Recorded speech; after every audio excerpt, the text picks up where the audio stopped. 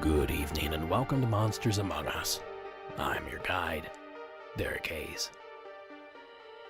A good evening, indeed. You know, I'm not gonna lie, it feels like it's been years since we last met. Because we've been on break for this past month. But let me tell you, that didn't stop me from keeping busy. We finally wrapped shooting on our documentary just a few weeks ago. And a huge thanks to David and our crew, Roxanne, Chris, Brian, and of course our trusty guide, Sean Campbell. Quite honestly, I can't wait to share this exploration with you all once we're finished. But until then, all I have to offer is the Season 12 premiere and the long-awaited, much-deserved Medical Workers Special. Now, I've watched over these 18-plus months as these heroes battled in the trenches. I watched them on the evening news, battered, beaten, and exhausted, red-faced, tears streaming down their faces. But despite all that, they were still on their feet, still addressing the needs of others. Now, their appreciation is often overlooked, but tonight, we aim to change all that. At least in this creepy little corner of the universe. So tonight's Season 12 premiere, the much-requested Medical Workers Special, is dedicated to those frontline workers contributing big and small. So let's begin halfway around the world, in South Africa. And Taz, the answer to your first question is yes, and you're kicking it off. Hi Derek, this is Taz from South Africa. So I was just wondering, I don't know, I've just been binging your show on podcast. I don't know if I've missed this, but I was wondering if you had a podcast for medical workers like nurses or paramedics or doctors. But I've got a story to tell. I've always been intrigued by the paranormal, always wanted something to happen to me, but here goes. I was in my first year of nursing student and very excited to start. I went straight from high school into the nursing college. We were in a nursing home for students that was attached to the one hospital that we were going to do our practicals at. Very excited to be there. I was just 19 or 18 starting off, and so we were all sitting around in the hostel, the nursing hostel that's attached to the hospital. Just meeting new friends, just sitting in the room chatting, and then I said, okay guys, I'm just going to go for a shower quickly, I'll be right back. We didn't speak about any spooky stories or anything, we were just all excited to be there. And I went into the communal bathroom. There was no one in there, didn't scare me that much, just an empty bathroom. 3 toilet stalls, 2 basins, and then there was one little room with a shower where you can pull a curtain and you can use it as a shower or a bath, the door. So I placed all my things down, got into the shower, pulled the curtain, started washing my hair and showering. And literally the next minute, in that hot water, I just got goosebumps all over my body. And I just instantly felt scared. It literally felt like if I was going to pull that curtain away, there was going to be someone standing there. I've never had that experience before in my life. And needless to say, I got the courage to pull the curtain away. There was no one there, but I still had shampoo in my hair. I was so scared, and there was literally nothing there. And we didn't talk about scary stories or anything. So I don't know where it just literally, I was just standing there washing my hair, no weird thoughts, anything, and I just suddenly felt that something was there in the shower with me. And if I was going to pull that curtain away, it was going to be someone standing there. I ran out, just put a towel over my full shampooed hair, ran out to our friends that we were sharing a room with, and I was just like, please come and stay with me while I'm showering because this just happened and I actually can't be in there alone. It was the weirdest feeling. And so I was just wondering if you have any more stories about other paramedics or doctors or hospitals or nurses that work in a hospital that experience weird encounters. That would be really interesting, but I've been in this for 20 years and I've never experienced that, but I've heard a lot of other stories, so I don't know. That was the weirdest thing that ever happened to me. I've always wanted something to happen to me, but after that day, that scared the living daylights out of me. Anyway, hope you can use this. I love your podcast. Thank you so much. It's a nice place for us to all share our experiences. It's awesome. Great. Thank you so much, Derek. Bye. Thank you, Taz. Boy, do we have a collection of medical worker stories. Tales of ghosts, mysterious happenings, and of course, brushes with whatever is on the other side. And as we venture through this evening's catalog, you may begin to notice a trend in many of these encounters. Encounters like Sean's. Hi, Derek. This is Sean calling you from Wisconsin. I know you just put out a call for hospital stories, and I want to talk to you about a time in 2008. I'd just gotten a job working at medical equipment distributors in a hospital in Wisconsin that had been originally set up in the early 1900s as a tuberculosis ward by the Franciscan Sisters of Mercy. So it's a little Catholic hospital. The company I worked for had nothing to do with the hospital or its origins, but it was housed in the hospital because it was kind of an interesting job. It was easy, and that's why I liked it. Basically, my job was to sit around in this office, and if the hospital needed a piece of equipment that this medical distributor company had, my job was to take it to the area of the hospital that needed it, and then when they were done with it, I'd go pick it up and come back and clean it and rest. On an average night, I maybe got 5 calls. So it was a lot of sitting around an office and reading books and listening to baseball games on the radio. The area that I was housed in was the old surgical suites. They were remodeling the hospital. They had just built brand new state-of-the-art surgical suites in a different section of the hospital. So the old surgical suites were waiting to be renovated, and that's where they put all the medical equipment. And I had to sit in this little office at the end of this 30-yard hallway with doors all along either side where the old surgical suites were. And I'd been working there for a couple weeks, and the chaplain, this great guy named Father John, stopped by to talk to me one night, just introduce himself, and he says, have you seen any ghosts yet? And I told him I hadn't, and he said, there's no such thing as a hospital that's not haunted. He said, there's just too much psychic energy in these hospitals, too much grief, too much suffering, too much loss, too much death. Every hospital in America is somehow haunted. And I told him I would keep that in mind. And I worked there for maybe 2 months before I first started noticing strange things. And it usually happened when I was sitting in the office, which it was a very small office. There was a desk, and then I sat in a chair that was adjacent to the door of the office. And the door was at a 90-degree angle to the rest of the hall. So basically out of the corner of my eye, I would see shadows.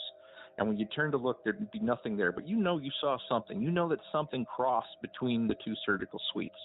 That was when I first started realizing something was a little off about the surgical suite area. I never saw a direct spirit, but it was always just shadows out of the corner of my eye. Then one night, I got a call for some equipment. I took it up, brought it back.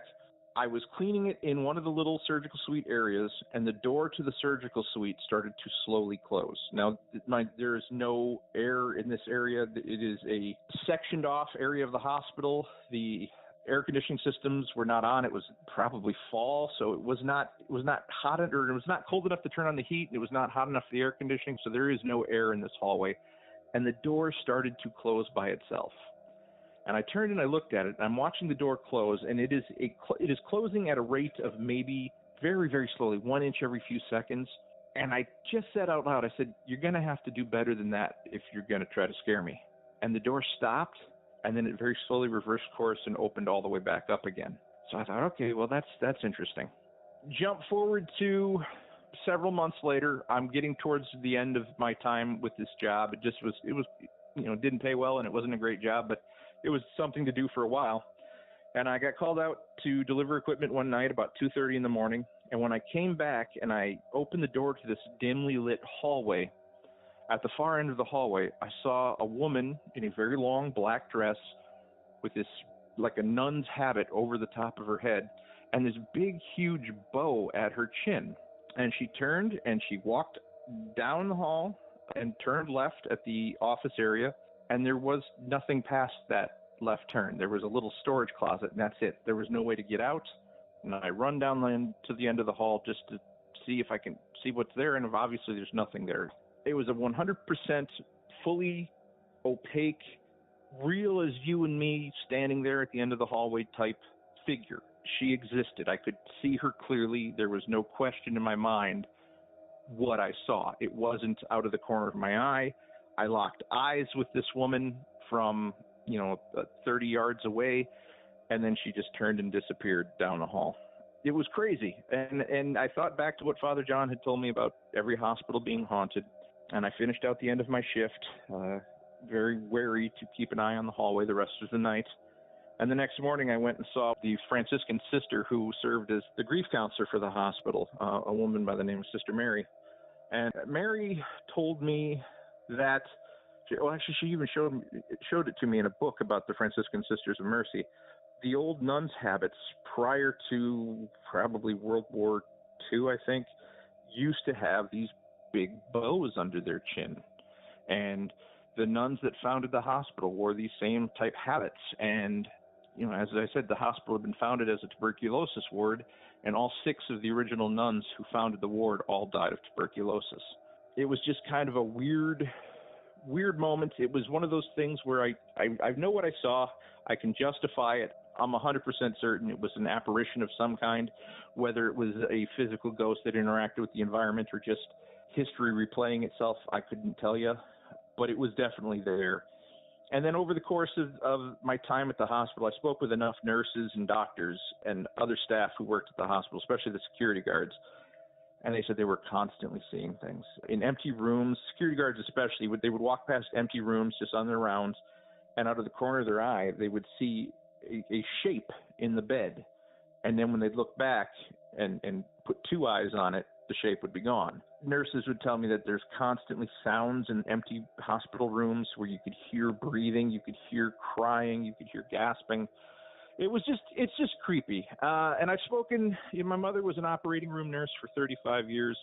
She knows enough nurses who have enough stories to fill 10 books. It's just one of those things. Hospitals are haunted, and there's nothing we can do about it. Thanks for the show, Derek. I've been enjoying it for several years now. Keep up the good work. We'll talk to you later. Thanks, Sean. I can tell you the first thing I did when I finished that story was hop on Google and see if I couldn't find a photo of a nun wearing just such a habit. And if you head over to the show notes, you'll see exactly what I found. A little spoiler alert, as Sean mentioned, many did wear the bow beneath the chin prior to the 1950s. And on that note, not growing up religious, let alone Catholic, the visual of the nun's habit is probably more frightening to me than comforting. Maybe it's my imagination, or maybe I can blame it on popular culture, but that outfit, in the wrong context, just gives me the creeps. And I suppose that also goes for their male counterparts, as May tells in the following entry.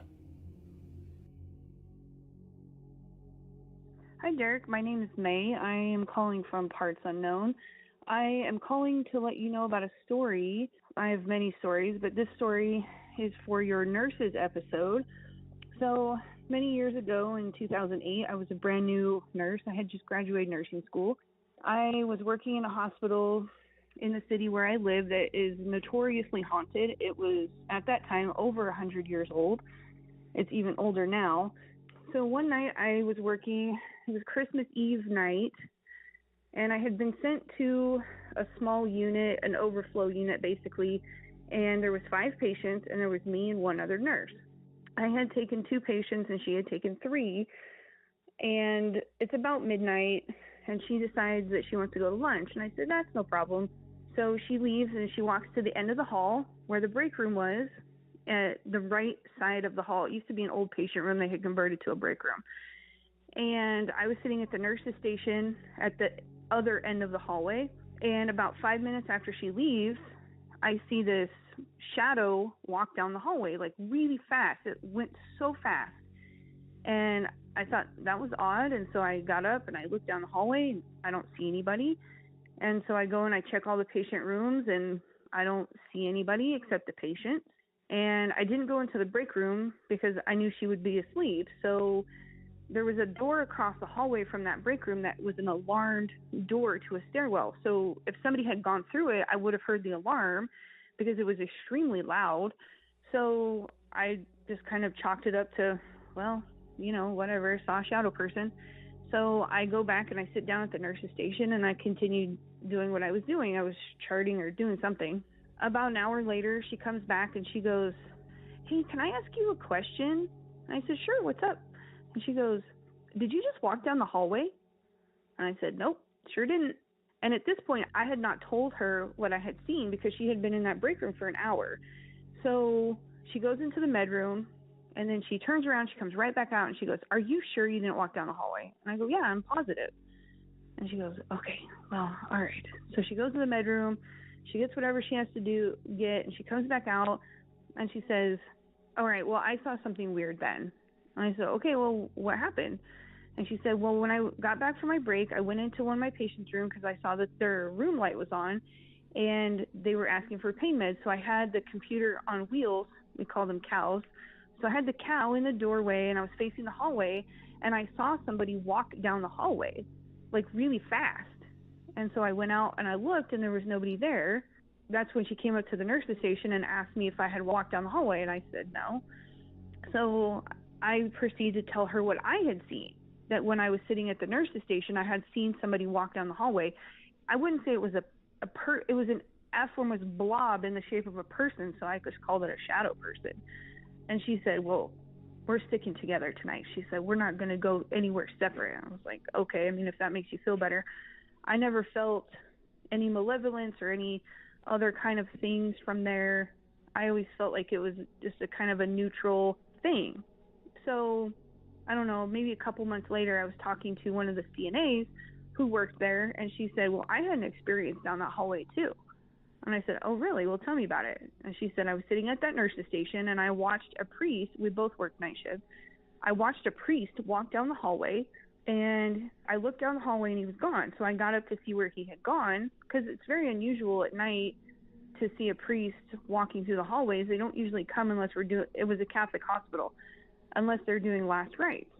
And as far as she knows, there was nobody that was passing away at that night. So she got up to kind of see where he was going, and she found him in a room kneeling next to a bed with a book, and he was praying. And she said, "Oh, I'm so sorry. I didn't mean to bother you." And so she walked away. He never acknowledged her. But she said that he was as solid as you or I. Like, he was a completely solid person. So she goes back to the nurse's station. And now, remember, there's only one other exit from this hallway where there's an alarmed door at the end of the hallway. So she never sees him come back. And so she says to one of the other nurses, "Hey, did you see that priest?" And the nurse says, "What priest?" And the CNA is like, "Well, the priest that walked down the hallway." And the nurse says, "Lindsay, the priests don't come at night."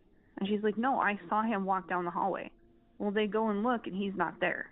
And the CNA had been sitting at that desk all night, so there was no way that she was going to miss him walking down the hallway. So a lot of stuff like that. You know, people had seen shadow people.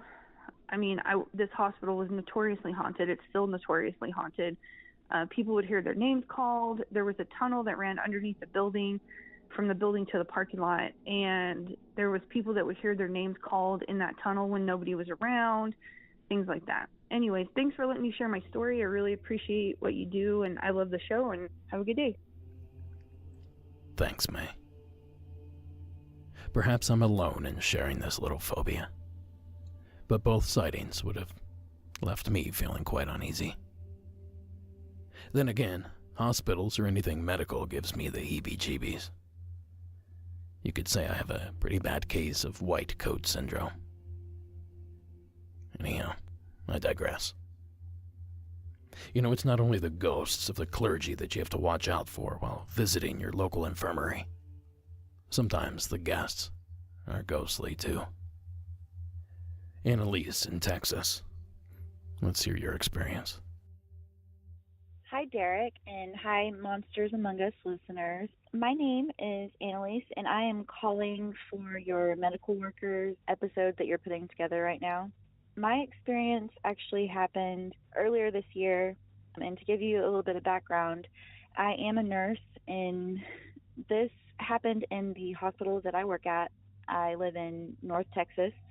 I was on shift one night. I work night shift, and this was probably around 3 or 4 in the morning, and this was still whenever we had COVID restrictions at our hospital as far as how many guests are allowed to be with the patient at night or in the building at all. And we also had a bunch of travel nurses that were working at our hospital at that time as well. So this night we were really busy. Our staffing wasn't always that great, and I don't think we were allowing patients to have a visitor at all. Or if we did, it was like limited hours, like 8 in the morning to like 7 at night. So really nobody was supposed to be staying overnight with the patient. So we were busy. I was running through my shift, doing all the things that I usually do. And I was walking down so the way that our unit is set up is in like a rectangle formation. We've got 2 nurses stations, one on the north end and one on the south end. So I was walking down the shorter hallway on the north end and passing the room that's in the corner. And the lights are dimmed. One thing you need to know is that we have bed alarms on almost all of our patients. And when it's set right, the light at the bottom of the bed glows green. So we keep a lot of our high fall risk patients' doors open so that we can check on them by walking by and checking that light is green and the bed alarm's on, and checking on our patients and stuff. So I was passing this room, the bed alarm light was green, and that means that there is a patient in the bed, and that if they get out of the bed, it will alarm really loudly at the nurse's desk and in the hallway, and in the room, and it's really loud. So we all know when someone's out of bed, and we can run and go, make sure the patient doesn't fall. So that light was glowing green, and we have recliners in each room so that, a family member can stay, whenever things are normal. So I was passing by, and I just looked in the room, saw that the bed alarms on was green, and I saw someone sitting in the reclining chair. It was close to the window, so it was like directly across from the open doorway. And I just glanced over there. The room was dark, so there was like a little nightlight on and that green glowing bed alarm light.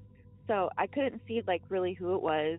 It was just like a dark shadow, like shape of a person. So I kept walking around that corner, and I didn't really even think anything of it. And then I was like, oh, that was weird. We're not supposed to have visitors.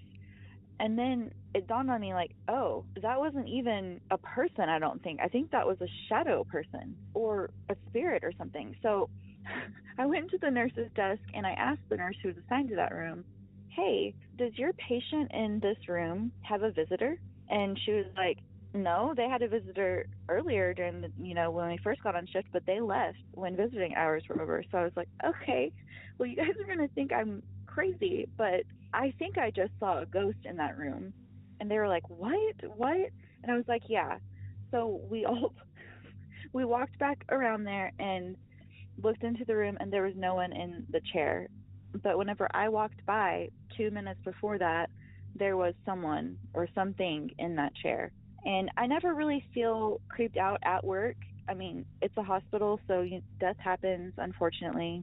And I've never felt creeped out in that room then or in any of the years that I've worked at this hospital. So, and I wasn't thinking about anything paranormal. I was just thinking about regular nursing stuff in a rush, walking by a patient's room, checked in there to make sure they were still in the bed. Bed alarm light is on, so I know they're still in there safe. And I saw someone or something sitting in that chair. And it's never happened again. I actually don't work on that floor anymore. It doesn't have anything to do with that experience or anything. I just transferred to a different department. But I had never experienced anything paranormal at work before, and I haven't had anything else happen afterwards, but except for that. And it just was really creepy and weird. I mean, after I noticed that, and I went about the rest of my shift and got busy again and forgot about it. But yeah, that's my story. So thank you guys for listening, and thank you, Derek, if you play this. And also thank you for doing this episode, because man, COVID has hit everyone actually hard, but those in the medical field, it's really difficult, and we appreciate the support and the love so much. You guys stay safe out there, stay healthy, and Derek, thank you for a wonderful podcast that helps get our minds off of COVID and everything else that's going on right now. So thank you, and I'll call back again with some other experiences I've had that aren't related to my hospital work. Okay, thanks. Bye. Thank you, Annalise. You know, my big, ghostly encounter, too, occurred while passing an open doorway. And I can say it's a frustrating way to experience something like this, because you can never be 100% certain about what it is you saw. The limited view and catching what you did out of your peripheral vision is enough to make anyone question what they're convinced they thought they saw. Or at least, that's how I feel about it. Thanks again, Annalise. Now I have one more true tale that just might belong with these others. And this one is from Kelly, somewhere in the Pacific Northwest.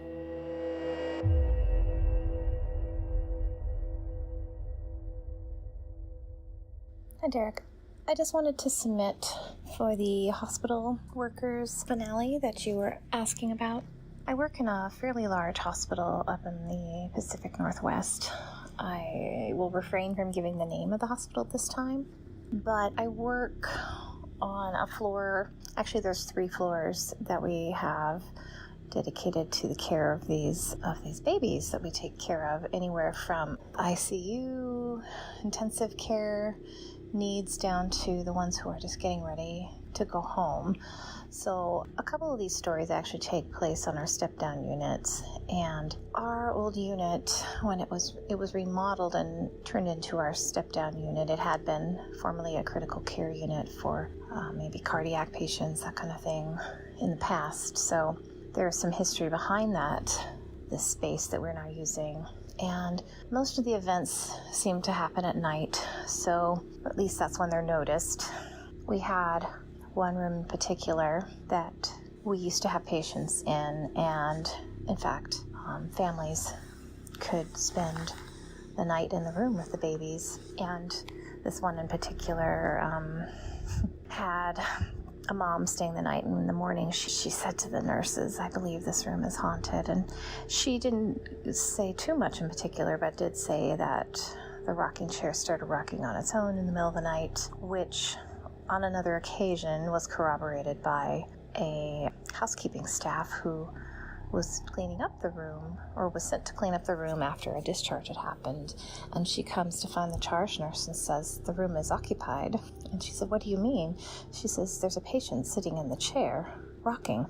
And so they went into the room, and the patient was no longer visible, but the chair was actively rocking back and forth as if someone was still sitting in it. On another occasion, we had stopped using that room as a patient care room, and it became sort of an overflow room or equipment room of sorts. And sometimes the night staff would take naps in that room on their breaks so they could just be refreshed for the rest of their shift. So they might be in there for a half hour or so at a time. And this one nurse woke up to see in front of her the room transformed into a room from another era. And they were in fact cracking a man's chest open, doing cardiac massage. They were trying to shock the person's heart back into rhythm again, and she was so freaked out that she ran out of the room. And of course, you come back in and it's the same equipment room that it had been. So that was weird. And on our other unit upstairs, we're like 1 floor up, we have another step-down unit. We don't use it as frequently. It's more of an overflow, but I was getting a report from one of the nurses on night shift, and I said, "How was your night?" And she says, "Well, it would have been okay except for the ghost nurse that was on our unit." And I said, "What?" And she said, "Yeah." She said, "To give you a background, we have, there's several rooms, and we call them pods, and so in these pods there are 4 beds per pod, and it's quite a spacious room, but between each pod there is a doorway, so you can check on the babies next door if your nurse has to leave the room for any reason, and vice versa. I mean, it's so you can hear if a baby is crying in the next room, and you can go over there while still hearing your other room with this doorway. So they heard a baby crying in the one room, and both this nurse and another one saw what looked to be a nurse with a cap on, an old-fashioned cap, walking towards the baby through the pod. So they saw her crossing past the doorway, even though they didn't believe anyone to be in the room at the time. So they went in there because our unit is a locked unit and strangers just can't come in the unit without having a special badge. And so, especially on night shift, everyone coming and going. They're usually environmental services people, like people who are, the housekeeping staff and that kind of thing. Usually you don't have anybody that you don't know. So it was unusual to see a strange person walking across the room. So they went in and there was nobody there. But they had seen it go to the baby's bedside. They had seen this nurse walk over there. So that gave them the creeps because they both witnessed it. And I don't know that she consoled the baby, but maybe that was her intention. And I suppose not all ghosts are bad. She's probably still stuck working, even in her death. Maybe that was her life, and that's how she chose to spend her death as well. But that was interesting. So anyway, I hope that helps, and looking forward to another season of Monsters Among Us. Thank you so much for doing what you do. What did that nurse want with that baby? Thank you, Kelly. That's spooky stuff. I wonder if the parent of the baby the spirit visited ever found out about the encounter. If you were the parent, would you want to know? Now, if you, like Kelly and the rest of our callers, have a true paranormal experience you'd like to share on the hotline, simply give it a call at 1-888-608-NIGHT. That's 1-888-608-6444. Or you can visit the website at monstersamonguspodcast.com for more submission options. Today's episode is sponsored by our friends at Manscaped, the leaders in below-the-waist grooming. It's back to school time, and we want to make sure that you pack the essentials you have for the best year yet. That includes the Manscaped 4th Generation Performance Package. It's the perfect package for your package. It includes a brand new Lawnmower 4.0. These things just keep getting better and better. Now join the 2 million men worldwide who trust Manscaped by heading to manscaped.com with the code MONSTERS. Now school is back, and the Performance Package 4.0 is here to teach the boys a lesson on male hygiene. Inside you'll find the new Lawnmower 4.0 trimmer, which features advanced skin-safe technology, a 4K LED spotlight, and the whole thing's waterproof. It's truly the best when it comes to men's trimmers. Also included is the Weed Whacker, the perfect tool to eliminate ear and nose hair, as well as some of Manscaped's awesome liquid formulations, Crop Preserver and Crop Reviver, both of which will get you ready for class during the day and ready to party at night. Now Manscaped even threw in 2 free gifts with their Performance Package 4.0. The Shed Travel Bag to hold all your goodies, and a pair of super soft Manscaped boxers. So stay fresh this school year, get 20% off plus free shipping with the code MONSTERS at manscaped.com. That's 20% off plus free shipping with the code MONSTERS at manscaped.com. As always, supporting our sponsors supports the show. So thanks for listening, and back to the spooky stuff.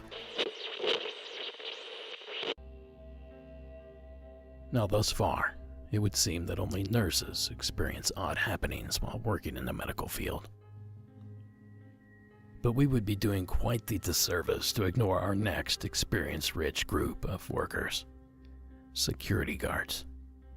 And here to kick off a trio of experiences is an entry from Jay in the state of Michigan. My name is Jay. This story takes place in Doctors Hospital in Jackson, Michigan, around 2002. The hospital had just closed and I was working security, night shift. There was nobody there. The place was empty, and we had to walk the floors. No big deal. Problem was that in every room, at least somebody had passed away.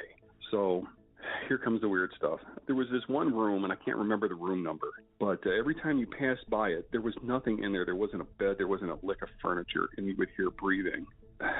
It was crazy. And then the one thing that I really remember is I was walking the second floor past the nurse's station. Everything had been cleaned out. And as I was walking past it, I heard this huge sound of grinding metal, like a ship running into like something. And it just grind. and it was loud, and I couldn't find the source of it. And I went down and I talked to the other guards, and nobody heard it. I was the only person that heard it. So that's my crazy story from a hospital, and I hope you guys have a good one. Thank you. Thank you, Jay. Now, you know, I wonder if some large intake fan suddenly lurched to life in the wind on the roof above where Jay was standing. You know, if he was near the proper ventilation, that could explain why only he heard the sounds. Perhaps this entry from Dylan in Kentucky is less explainable. Welcome back to the program, sir. Hi, this is Dylan from Kentucky. Wanted to share a story with you guys about where I work at. I work in a hospital, work security, and I just started this position about 4 months ago, and the guys were showing me around the hospital, and there's an area, what they call pre-op. It's before surgery, and usually there's nobody there on night shift, and I normally work night shift. And they were showing us around one night, the first couple of nights that first started working, and we was looking around the area. I was trying to get familiar with the floor plan and everything like that.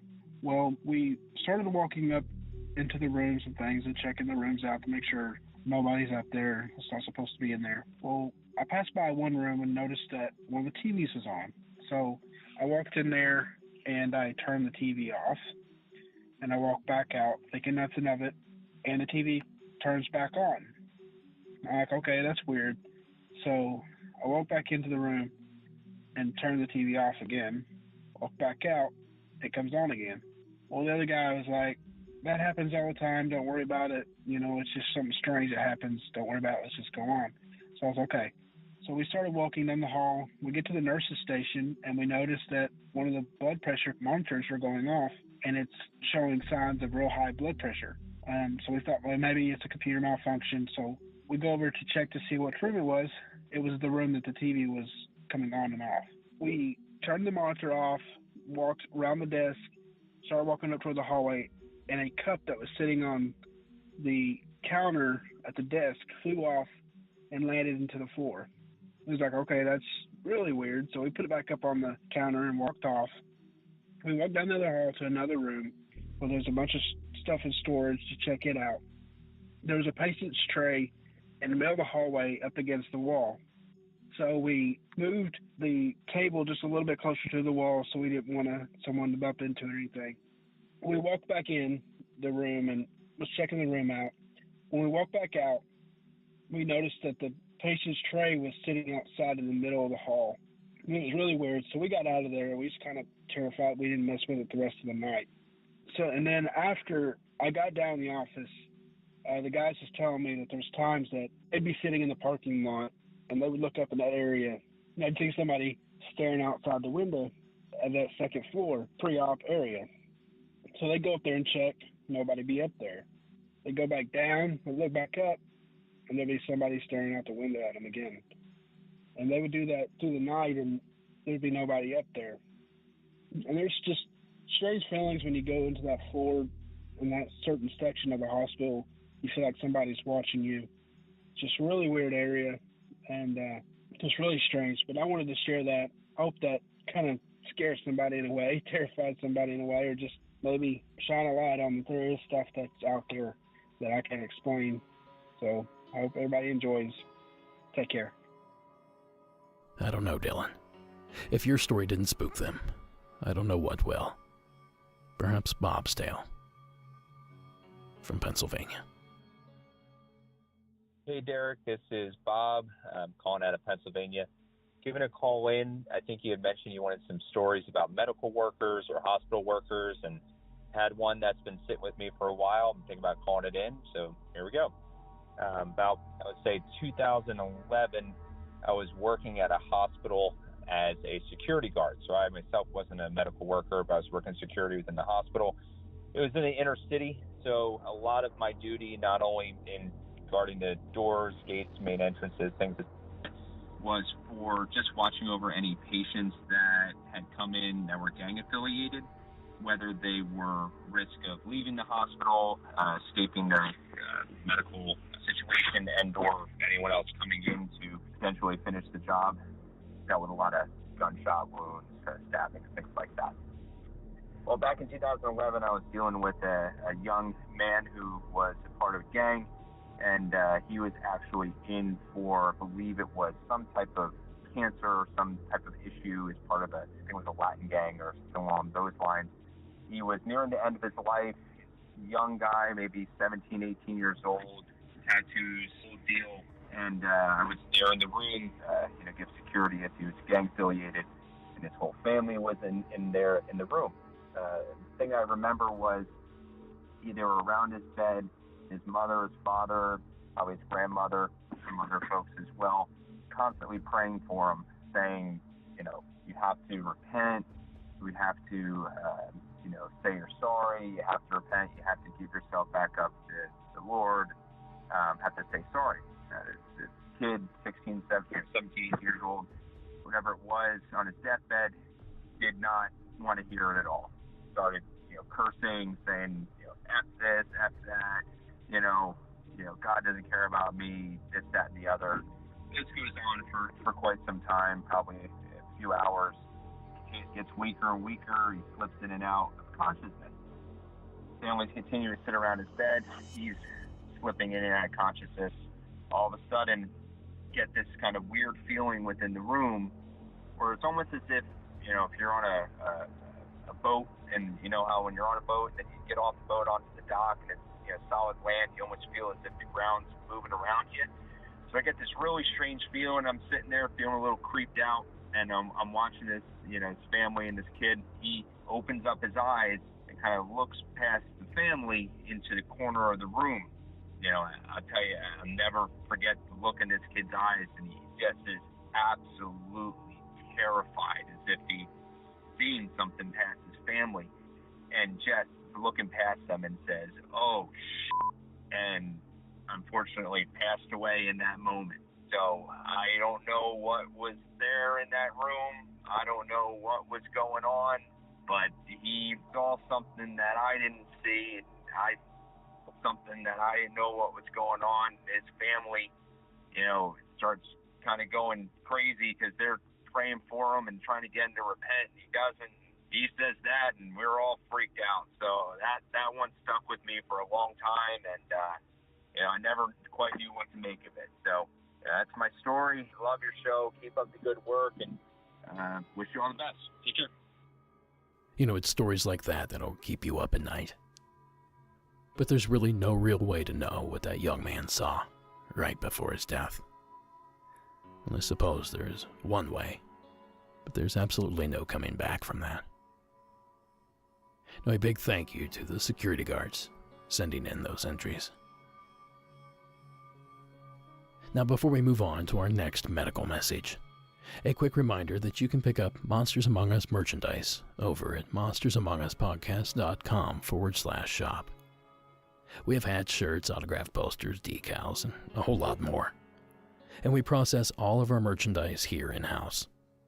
So unlike shows that use those t-shirt companies, your purchase here actually goes directly to the show, which allows us to continue the spookiness. So once again, that's Monsters Among Us Podcast /shop. Now next up, we hear a gruesome but strange entry from Natalie in the state of South Carolina. Hey Derek, my name is Natalie. I've been listening to the show. I really love it. I've always loved paranormal stuff. It's always been really interesting to me. I have a hospital story for you. I know you were looking for those. I'm a nurse, and my first job was in a small community hospital in Lancaster, South Carolina. And I worked in a small critical care unit. It was only 10 beds. And we had a patient who, I don't remember exactly what was wrong with him, but he was very sick, and we needed to transfer him to a bigger hospital, higher level of care. So we took care of him until the helicopter could get there and take him to the other hospital.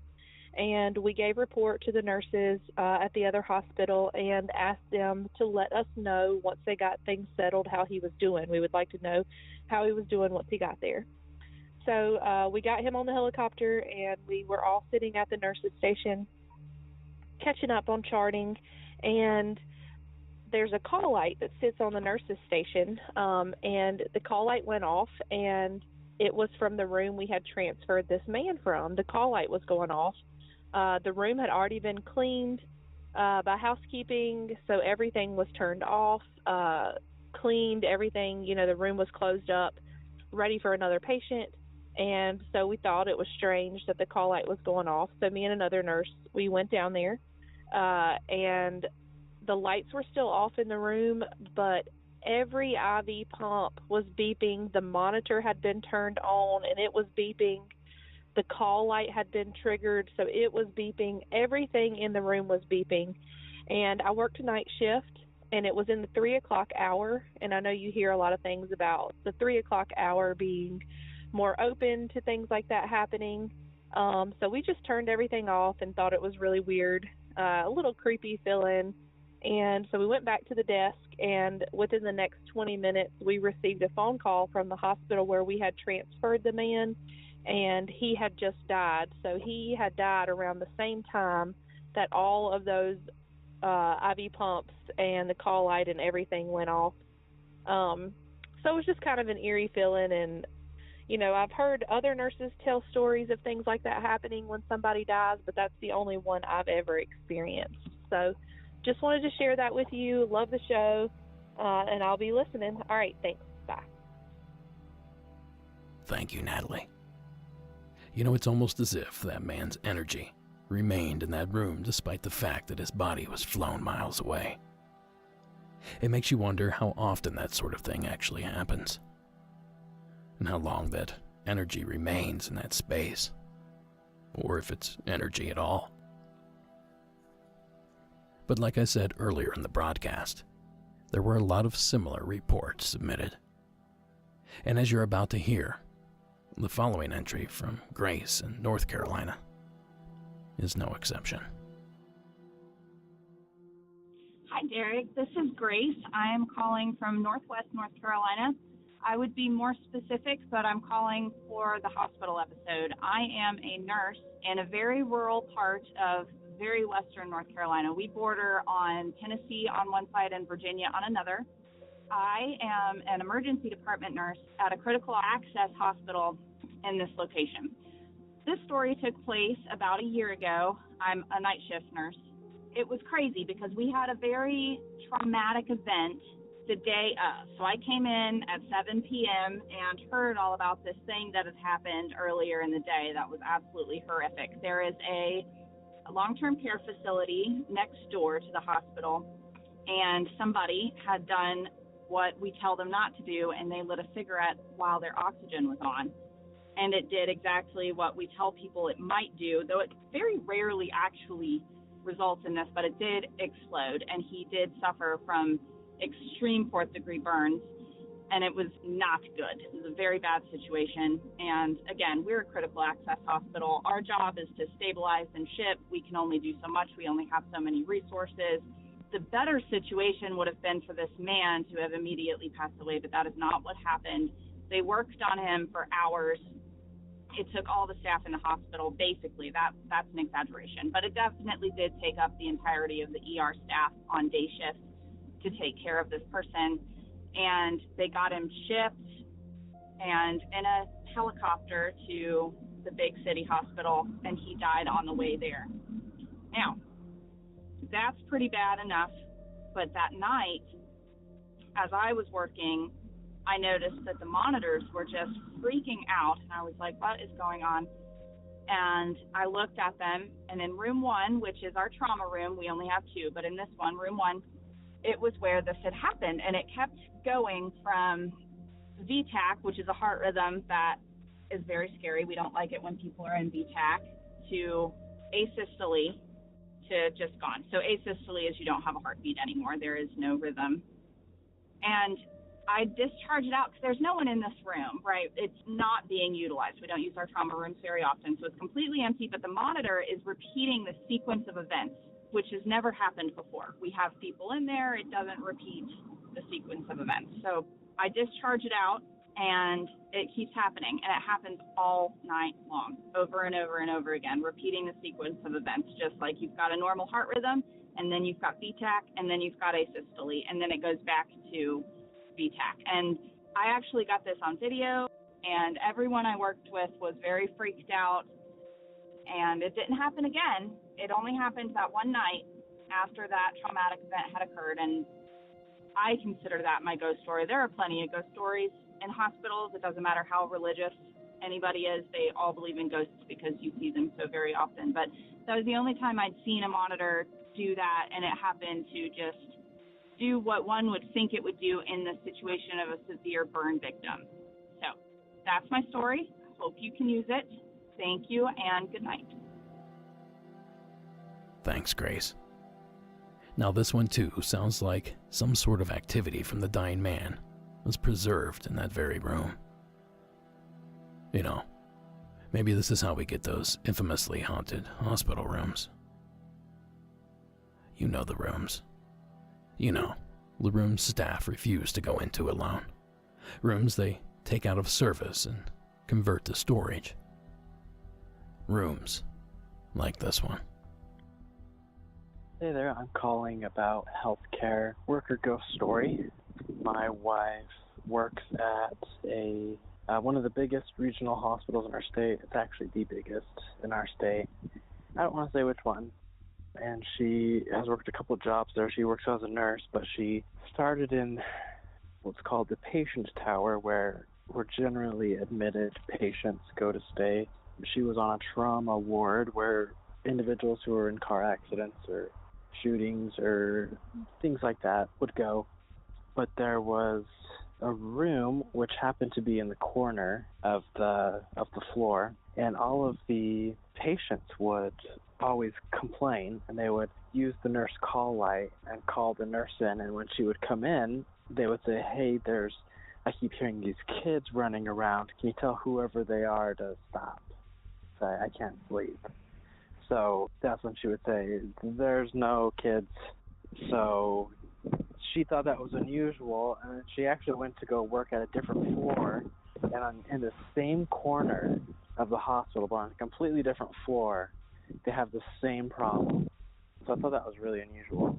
But then she transferred to a different floor altogether, to a completely different department. She transferred to labor and delivery to work as a surgical technician. And when she was working there, part of her job was to stock up the surgical room with supplies. And so she'd have to go through all the cabinets and make sure all the equipment was there. And so she one day was in there, and she's alone, and you have to go through a bunch of secured doors to go in, and there's no windows, and so you can feel pretty closed off. She had been doing it for months at this point, and she was in there alone, night shift around 2 or 3 a.m., and she went to open a cabinet, and it would not open. She just couldn't get it to open it, so she thought, well, maybe the lock's broken. So she goes to leave to go get help, and all of a sudden the cabinet door flings open, and all the stuff inside of it just was scattered around the room. And so she freaked out, and she panicked, and she goes out to tell her coworkers about what happened, and they said, "Oh, were you in OR 3? And she's like, "Yeah, of course." And they said, "Yeah, that operating room's haunted." And we've all had something similar like that happen, where we just can't get the cabinet open, or maybe we go in and all the cabinets are open and everything's strung about the room. None of them have any idea why it would be, but you can probably guess. And so that's the story of my wife's experience while working at the hospital. Thank you, caller. Now, like Kelly's story earlier in the broadcast, these unused rooms seem to be a common occurrence in hospitals across the country. And I can't help but wonder what the official reasoning is for taking a hospital room out of commission.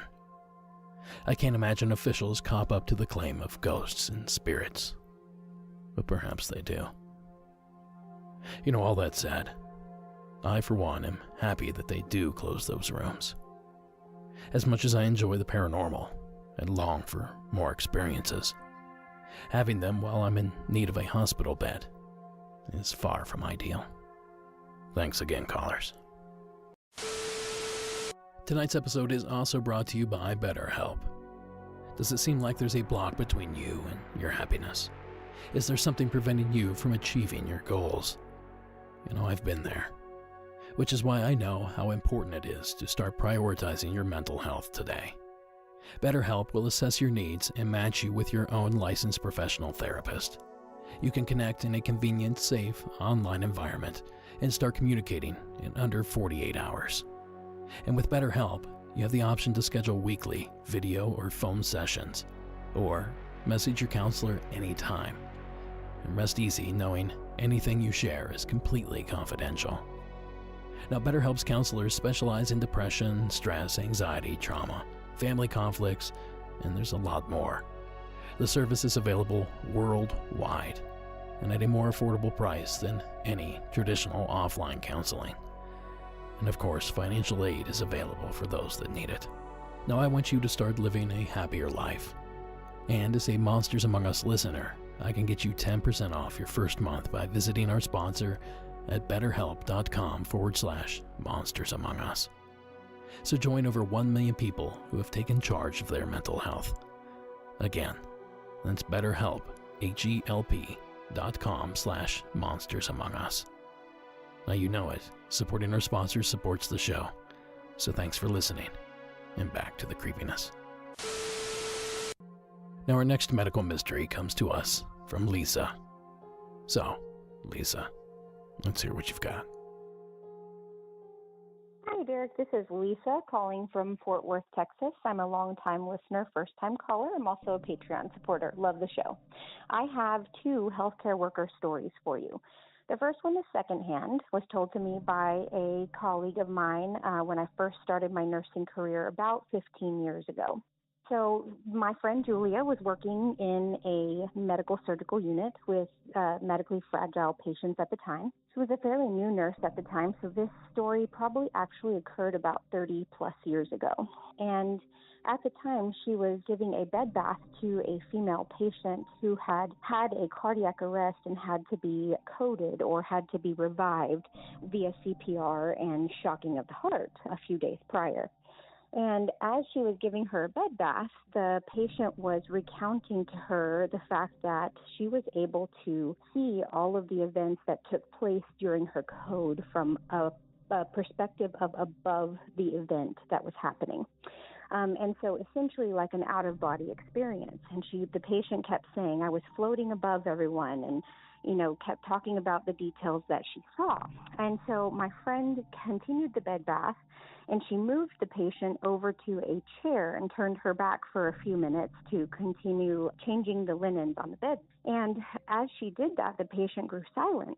And all of a sudden, a few minutes later, before she finished changing the linens on the bed, she heard the patient say, Julia, I'm floating again. And when she turned around, the patient had stopped breathing, no pulse, nothing.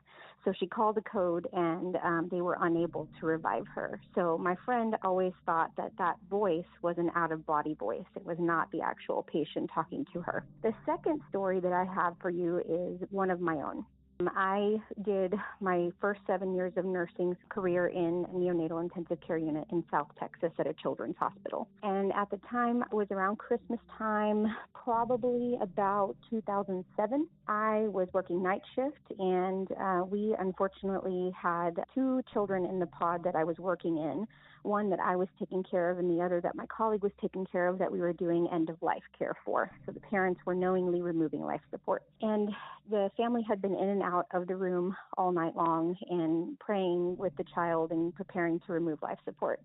And they had walked all of the extended family members out of that area, and the father was going to come back and hold the child while we removed care. I was caring for my child, changing her diaper and things of that nature, and I noticed all of a sudden that a man was standing over the other child's bed with his head bowed and hands in front of him, almost as in prayer. And I was so wrapped up in the tasks I was doing for my child that I had not noticed him walk into the room. And I thought for a second, that's strange. He would have had to move a lot of chairs, a lot of equipment to get on that side of the bed, and I would have heard something. When I looked back up, he was gone. It was not any of the other family members that I had seen before, and I am a religious person and have always thought that I had the privilege to see a guardian angel that night. Anyway, love the show. I hope you can use these for your healthcare workers section, and I'll be calling back with more experiences soon. Thank you. Have a great day. Thanks, Lisa.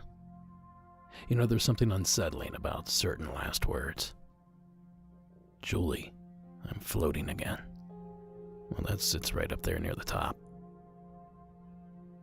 But for scares and giggles, let's share a few more unsettling final words, according to thoughtcatalog.com. My grandfather on his deathbed said, "They have no eyes," and it still gives me the chills. Surgeon here. Not sure if this is creepy, but a man on his deathbed kept repeating, "The body is in the woods next to the oak tree," over and over until he passed. The police were notified, and they did search some woods behind the man's house, but never found anything. I'm a lab person, and I had to go to the ER to draw blood from a code stroke patient that just came in, because the EMTs couldn't get it. I got there, it was just me and him before he went to CT, and he looked at me, and he said, "Am I dead? I'm in hell." He died a couple hours later. Poor old man. And finally, a nice old lady told my CNA that she wanted to wear all white. When I asked why, she said, "The man in black is here." And then she looked in the corner of the room. The CNA looked, but there was no one there. That's when I came into the room. We asked her to describe what she was seeing, and she said, "He's all black. He's got a top hat on." Then she whispered, "And his eyes are red." Her eyes moved across the room to directly behind the CNA, like she was watching him move closer to us. She died later that night, but it was unexpected, and that room creeped me out for a very long time after that. And of course, one of my favorite sets of last words comes from Edgar Allan Poe. As he lay dying in a Baltimore medical college, he yelled out, "Lord help my poor soul." I suppose that's how you exit a world. Thanks again, Lisa, for sharing the entries. Now, before we crack into this final story, which, by the way, like Lisa's, is a 2-for-1, let me tell you about our latest Patreon episode. Just last week, I sat down with True Blood and Crazy Ex-Girlfriend star and host of Bigfoot Collectors Club, Michael McMillan, to discuss all sorts of crazy stories from past episodes. We touched on everything from Glimmerman to Max breastfeeding Bigfoot. And Michael even shared a story about possibly seeing a gray alien outside of his Los Angeles apartment. So visit patreon.com, search for Monsters Among Us, and join today. A $4 monthly pledge gives you access to that episode and some 50 more. And a huge thanks to Michael for taking the time to hang out. As you will hear, we had a great time.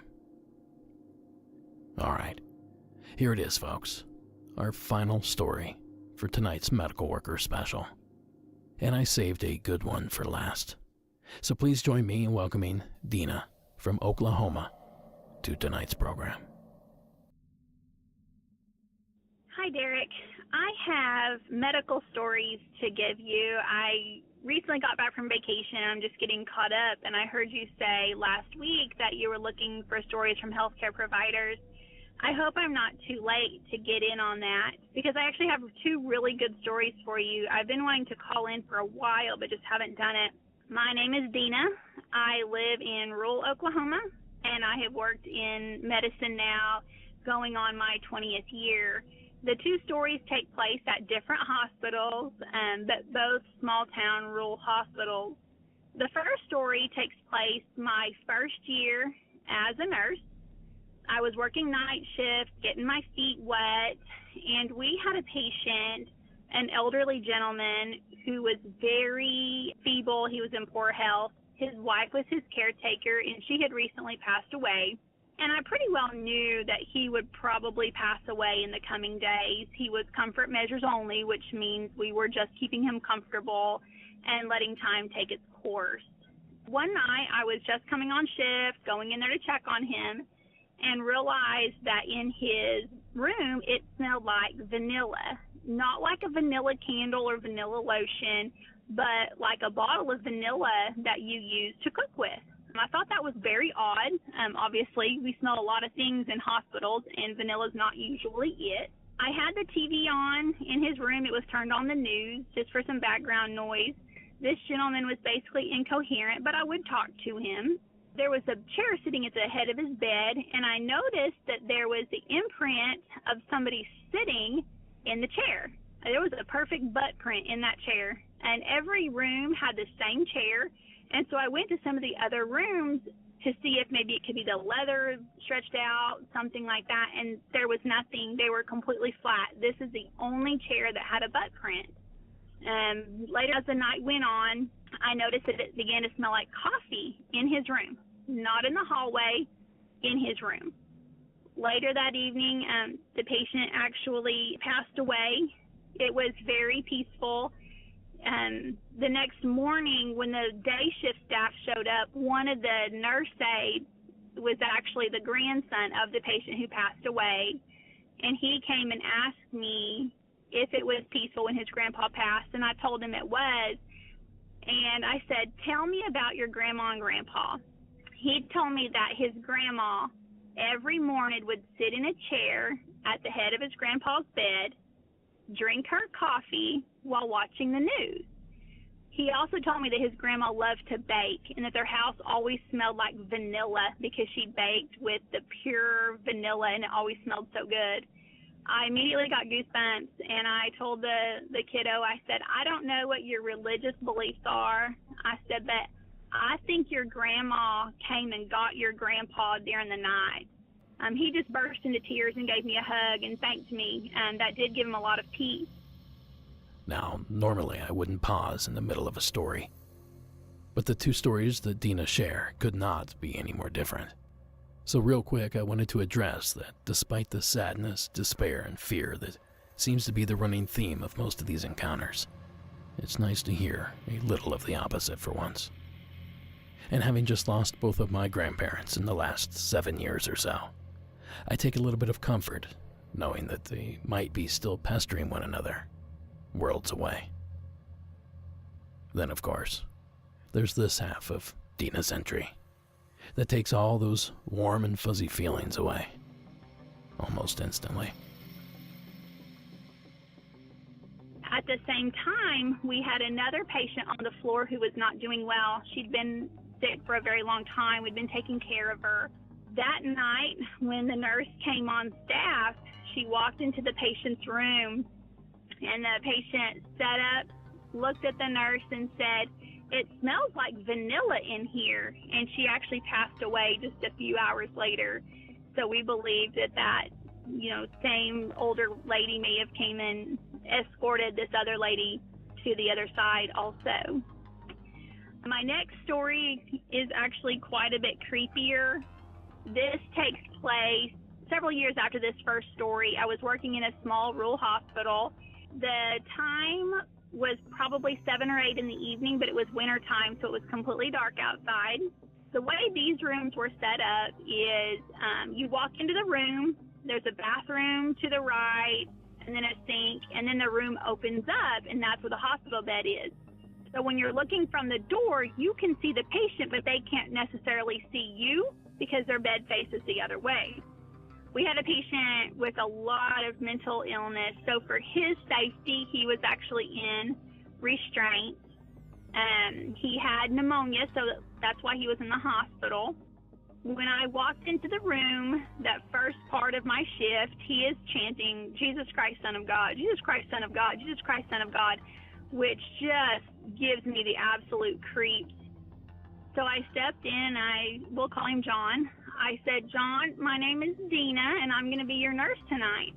This gentleman proceeded to do a complete back bend off the bed, I guess you would say. Again, he was restrained to the bed, but he lifted his midsection off the bed enough that he could retch his neck around to the side and look at me standing in the doorway. And he said, "How do you Sadducees know my name?" And it was a completely different voice. than the voice that he was initially chanting in. It made every hair on my body stand up. It made me feel sick to my stomach. I turned around, hightailed it out of there. I went and found one of the nurses that worked with me, and I told him I will not go back in that room by myself. So for the remainder of that shift, I made somebody go with me every time I went in that room, and then I did not take care of him for another shift. There was just something about him that just made every cell in my body shudder, and I just couldn't do it. Well, Derek, I hope you can use these stories. I really enjoy listening. My whole family listens. My son and my husband love your show. Have a great day. Bye-bye. Thank you, Dina, for sharing. So like apparitions of nurses and strange last words, this is another phenomenon I expected to hear a little about on tonight's special episode. Possession. Now, despite your beliefs on the subject, anyone acting the way many quote-unquote possessed people are reported to behave would surely end up in medical care at some point. At least one would hope. Well, after some digging, it turns out my assumption was fairly correct. There's no shortage of stories of quote-unquote possessed folk in hospital situations.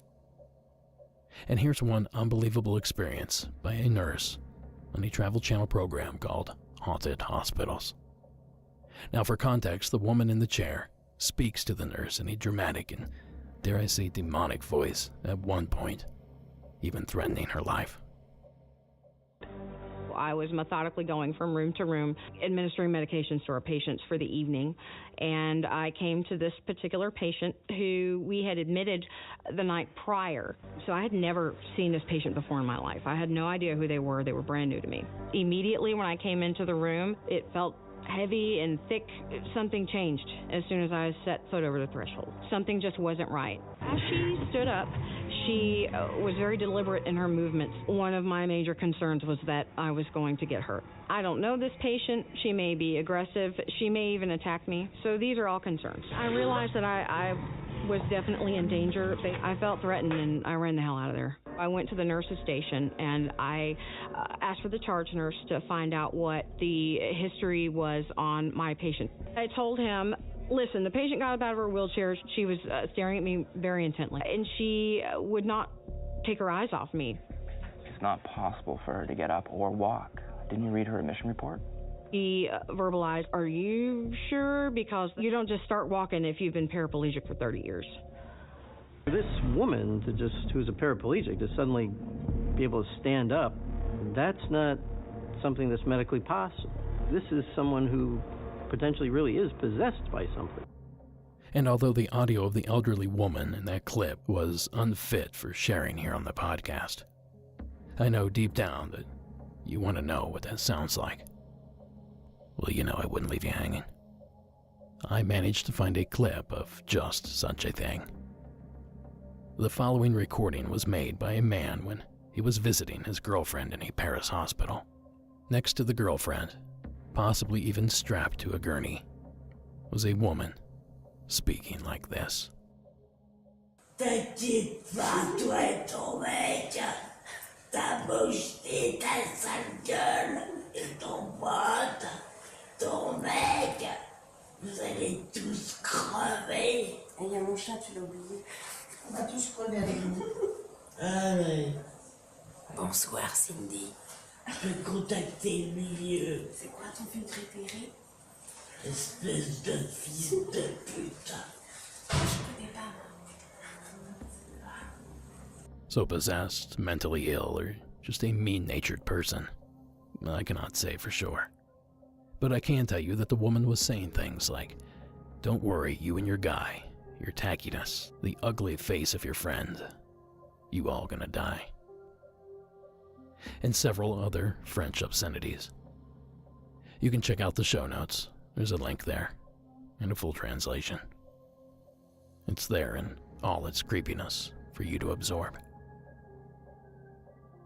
So I hope that this collection of calls centered around the medical community lived up to your expectations, because that's going to do it for tonight. But before I go, I just wanted to thank our medical workers, from security guards all the way up to doctor whatever the top of that hierarchy is. We see your efforts, and we truly appreciate them. And thank you for sharing your stories with us here this evening. Now, Monsters Among Us is written and produced by me, Derek Hayes. Additional support is provided by Sarah Carter Hayes and Addie Lloyd.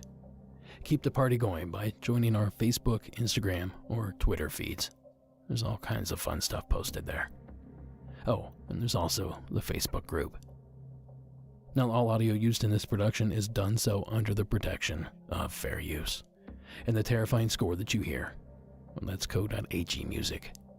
And Carl Casey at White Bat Audio.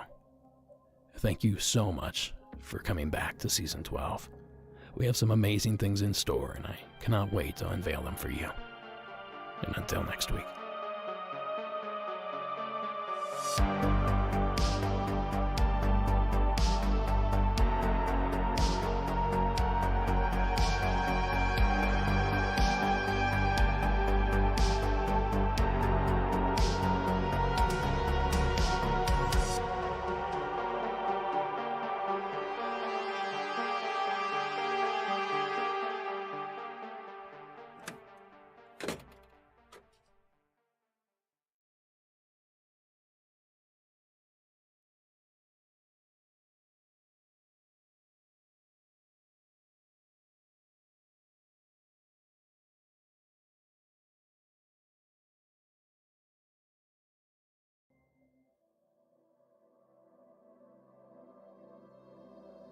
Now, tonight's secret story comes to us from Sarah in Canada.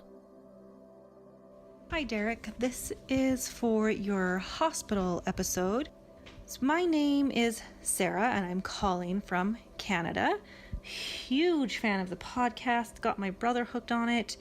Anyways, let's get on with the story. So this was back in 2009 when the H1N1, or the swine flu, was sweeping the world. And at that time, I was working with adults who have developmental disabilities.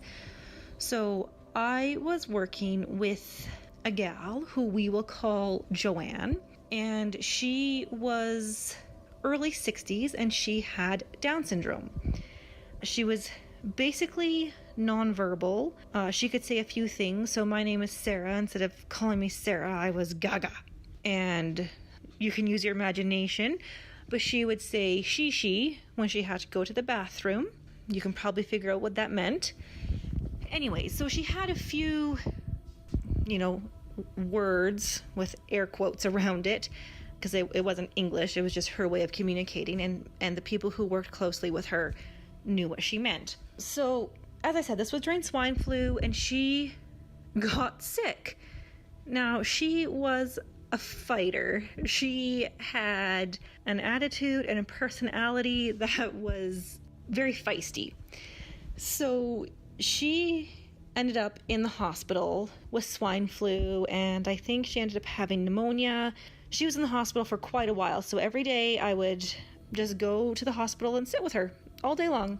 Anyways, so she would sleep some of the time, she'd be awake some of the time, and often when she was awake, she would look up into the corner of her hospital room, and because she was nonverbal, she used a lot of hand motions and some sign language, and so she would always look up in the corner and kind of be like, nah, and motion for whatever she saw to come closer. And this happened many, many times. She would just keep motioning and kind of grunting and asking for whatever she saw to come closer. And I know that they say, children and animals are more open to those sorts of things, and so it would make sense in my mind for an adult who has the mental capacity of a child to maybe also be open to these things. So one day I said, after she had motioned to the corner and grunted and asked for whatever she saw to come closer, I just said to it, I was just like, she just wants to talk to you, why don't you come close? And the next thing I know, Joanne is picking up my hand and reaching my hand out to touch whatever it is that she is seeing. I didn't feel anything other than, frightened and sort of weirded out. And then I honestly don't remember if she talked to it again or not, but she seemed happy after she reached my hand out. And yeah, so that was just a weird thing that happened. I didn't see anything. I didn't really feel anything other than, I got goosebumps because it was sort of freaky, especially because it was after I asked whatever she saw to come close that she reached out my hand, because she had been in there for weeks talking or motioning to this thing in the corner, but only that one time after I talked to whatever she saw did she pick up my hand and reach it out to touch whatever she saw. Anyways, that's my story. Love the podcast. Just got a bumper sticker and a t-shirt and couldn't be happier, although it's probably just coincidence, but within 5 days of putting the bumper sticker on my van had some major engine issues and it still is unresolved. It's at the shop. It's actually going to be looked at tomorrow. Anyways, don't know if there was a curse on my Married Men bumper sticker or not. Most likely not. Most likely just coincidence. Just thought it was also an odd little thing. Anyways, thanks for listening. Thank you, Sarah. Now, as Sarah mentioned, we always talk about the concept that animals and children can perhaps see parts of this world that the rest of us cannot. So who is to say those abilities don't extend to those that are childlike? And as fascinating as that concept is to ponder, it pales in comparison to the question of, what was it that Joanne was seeing in that room? Now, Sarah, I can neither confirm nor deny that any Monsters Among Us decal will lower the value of any vehicle and or render it inoperable. It's entirely possible. But I can confirm not a single Mirrored Men victim has ever claimed to have one on their vehicle. Just saying. So thank you again, Sarah, for sharing that entry. Oh, and real quick, I'm honored to be nominated for Best Paranormal Podcast for this year's Paranormal Podcast Awards presented by Paranormality Radio. But I need your help to win. If you enjoy Monsters Among Us, please take a moment to head over to Paranormality Radio. Click on the black rectangle that says Paranormal Podcast Awards Voting and cast your vote for MAU under Best Paranormal Podcast. Now, voting ends September 30th, and I appreciate your support so much. Alright, folks, that's going to do it for this evening. Thanks for sticking around for the bonus story. I'll catch you guys next week.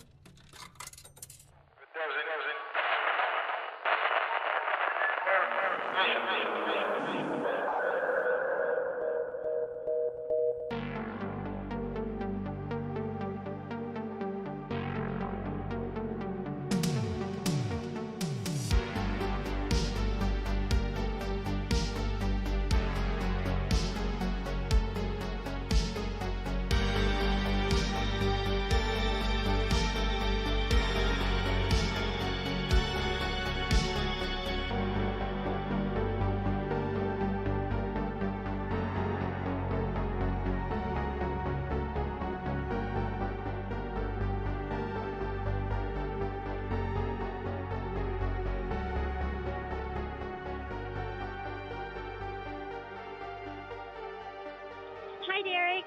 It's Cassidy. I am from Vancouver, Washington. I'm 12, and I wanted to tell you about my story in Vernonia. So my grandma, she owns a farm, and it was my birthday, so we decided we were going to camp. So we set up camp and instantly went to sleep, but I couldn't sleep for some reason. I had this urge to go outside, and so I went outside and I heard these creaking noises, and I looked up at the trees to see this giant creature looking down at me with glowing yellowish reddish eyes, and it was huge. It was a good 45 yards a tree with its long arms, and it was just really scary. And so that's my story, and thanks. I'm a really big fan, and congratulations on Sarah. Bye. Good evening and welcome to Monsters Among Us. I am your guide, Derek Hayes. And thank you, Cassidy, and thanks for the kind words. You know, that sounds like a thrilling experience. And mighty brave of you to venture outside based on a simple urge. Now, based on the description, I wonder if it wasn't perhaps a large owl that was witnessed. You know, the detail about its position in the tree and the glowing eyes of the creature really helped me to lean toward that logical explanation. But, given the general description, if I did have to pick a culprit here, why not bet on the Bat Squatch? The state of Washington is known for a number of cryptid creatures that have been reported within the state. And Washington is one of those states also well known for its sightings of the legendary Sasquatch. But Sasquatch isn't the only beast known to hang out in the state of Washington. It is some kind of humanoid creature that appears to be both primate and bat. The Bat Squatch. It's a cryptid that some have connected with the massive Mount St. Helens volcano eruption back in 1980. A tragedy that killed 57 people and destroyed over 200 properties, with miles of roads and railway damaged. Now, the connection with the tragedy comes about due to the unconfirmed claims of people alleging to witness some kind of creature in the area just after the eruption. Something with an ape-like body, glowing eyes, and bat-like wings. A creature said to give off feelings of dread. Now, the Bat Squatch, a 9-foot-tall humanoid beast or entity, has varying descriptions, including that it has bird-like feet, massive bat-like wings, with a wingspan possibly up to 50 feet. It's also described as having blue fur, yellow or red glowing eyes, and some describe it looking more wolf-like rather than primate. Now, that info on the Bat Squatch, courtesy of theweeklyrambler.com. Now, Bat Squatch, at least to me, is one of those cryptids I jokingly consider. The name is just too silly to take seriously. But the Weekly Rambler made me think of something. This isn't even close to the first flying humanoid that's been reported on the show. You know, Point Pleasant, West Virginia immediately comes to mind. That led me to ask myself the following question. Would we be taking Mothman as seriously as many researchers seem to do if it was dubbed something like Moth Squatch instead? I have a hunch that the answer's no.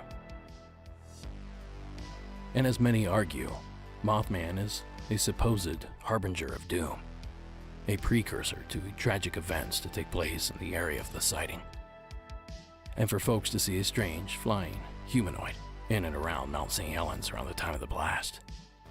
That checks out. Either way, thank you so much, Cassidy, for your entry and for your bravery. Now, I have an amazing program slated for you this evening, and you'd be hard-pressed to find another program with nearly as many eerie tales and spooky stories to share.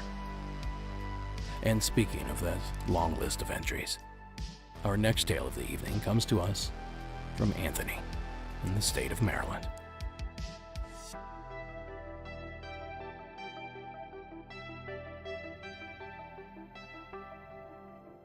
Hey, Derek, this is Anthony from Westminster, Maryland. It's about 7 p.m. on a Tuesday evening.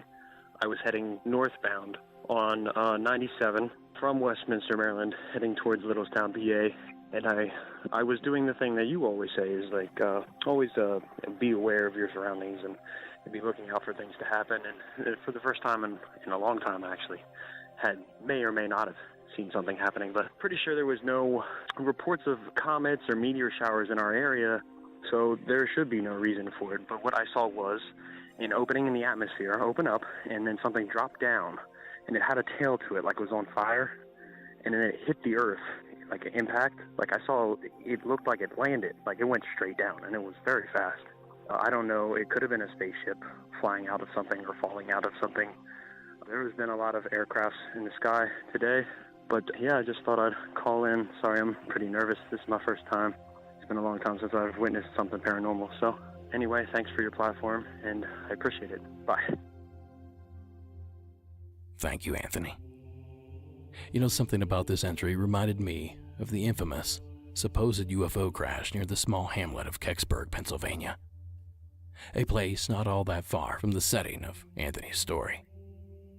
Now, I know I've spoke of this widely circulated incident in the past, but for those in need of a refresher, the following clip was provided by WTAE, ABC News 4, out of the city of Pittsburgh.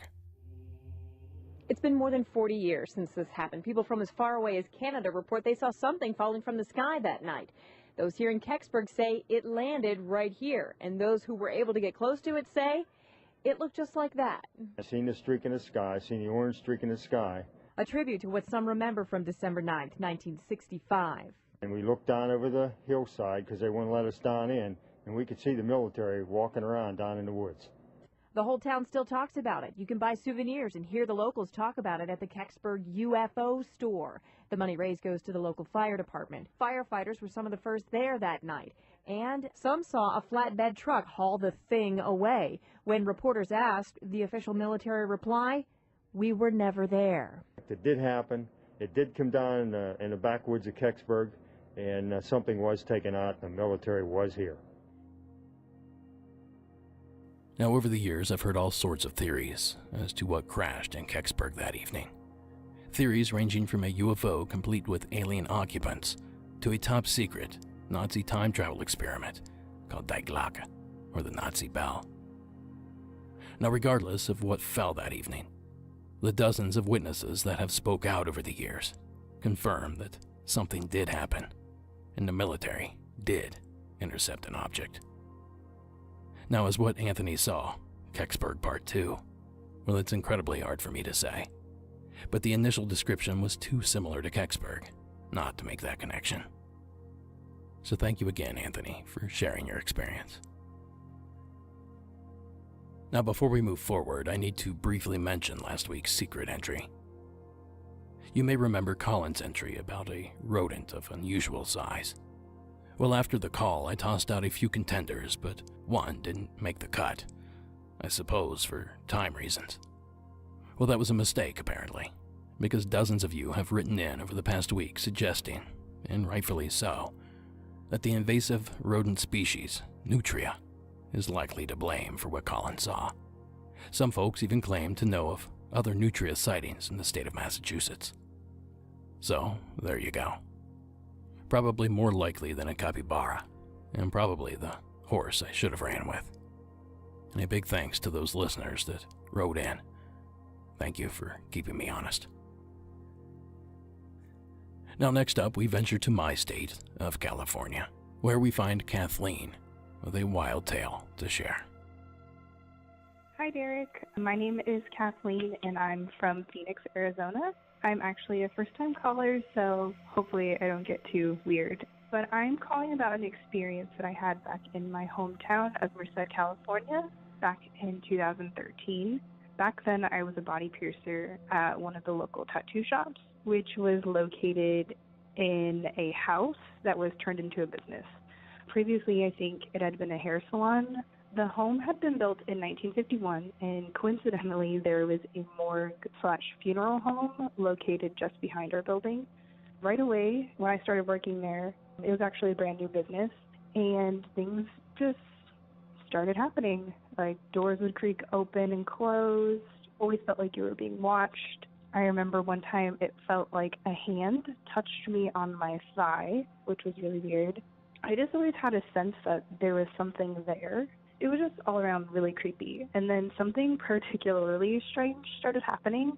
As I mentioned before, I was a body piercer, and a lot of body piercers will have a dummy, like mannequin, where you have examples of different piercings that you can get, usually displaying jewelry, but I didn't have a mannequin, so I used a Furby that I had. And, I gave it like an eyebrow, ear, lip, cheek piercings, things like that. It was just honestly mostly a joke. But one day I walked into my station and my Furby looked really scary. And this is really comical, but it looked alarmed.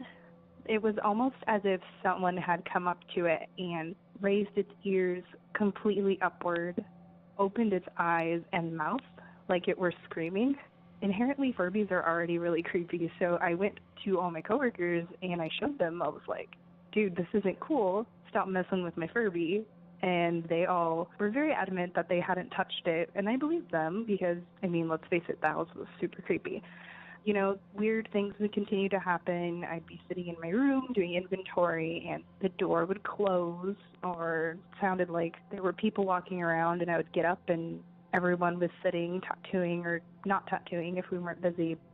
So the things the Furby kept happening, and one day I just got really fed up, and I said, outwardly to, the supposed ghost in the house, I said, you have to stop touching my things and stop frightening me. I understand if you lived here before, and I respect you, but you have to respect me. But if you're a creepy guy from the morgue, you are not welcome here. And I was really firm about it. And then that night when we went to lock up the building, like I said before, it was formerly a house. So the security system for the building was set up like a home. So it was just me and one other coworker. And all the lights are off. It's already really creepy in there. And I press to arm the building, and it says, caution, motion in the living room. And I looked at my coworker, and he goes, no, dude, there's no one here. And I was just totally scared because the living room would be the lobby of the tattoo parlor. And then I press it again, arm, and it says, caution, motion in the living room. And so I looked at him. He had kind of been there when I had talked to this supposed ghost. And I kind of stepped out towards the darkness, and I said, hey, I'm really sorry if I offended you earlier. That wasn't my intention. And then I stepped back, and I pressed arm, and it said, caution, motion in the kitchen.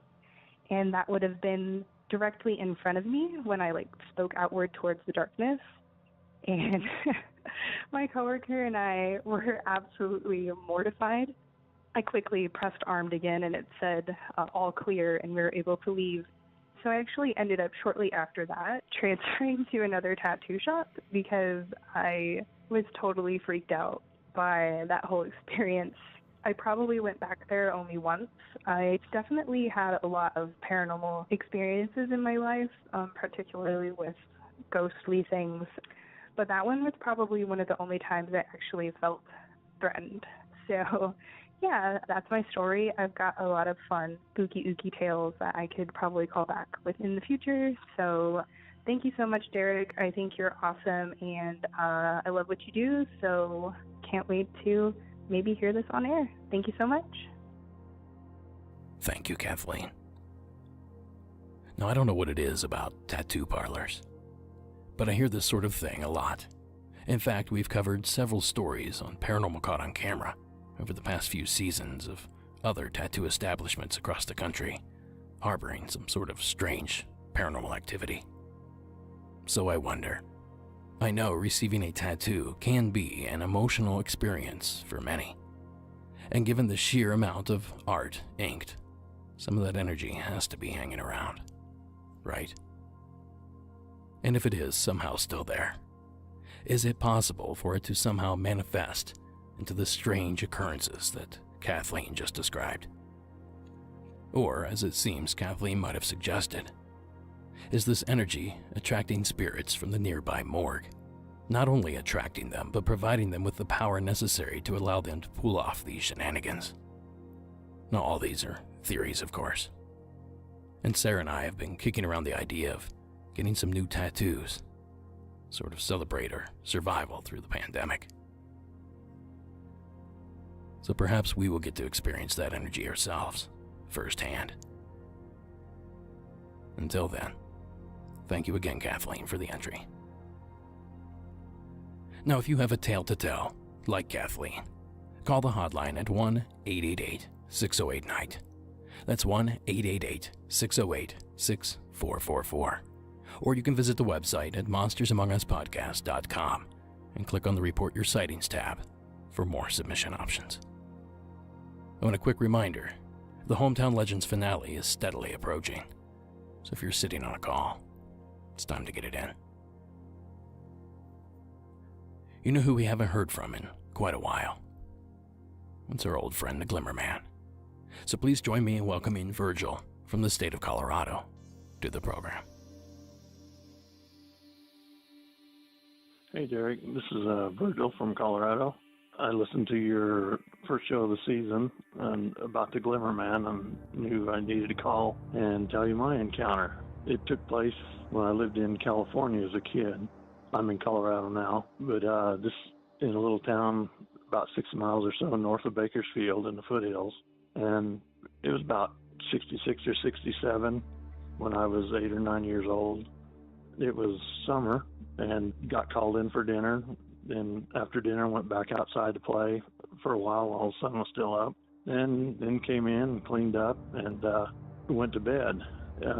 My mom had asked me before I went out after dinner to make sure that I had turned the front sprinkler off before I came in. And of course I forgot it. So she hollered at me and asked me if I'd shut it off. And of course I had to go out in my tidy whities and shut it off. I turned on the front porch light and the faucet was off to the right, like a 45-degree angle from the front door, maybe 30, 40 feet from the front porch. And I went out, it was, no big deal, walked over.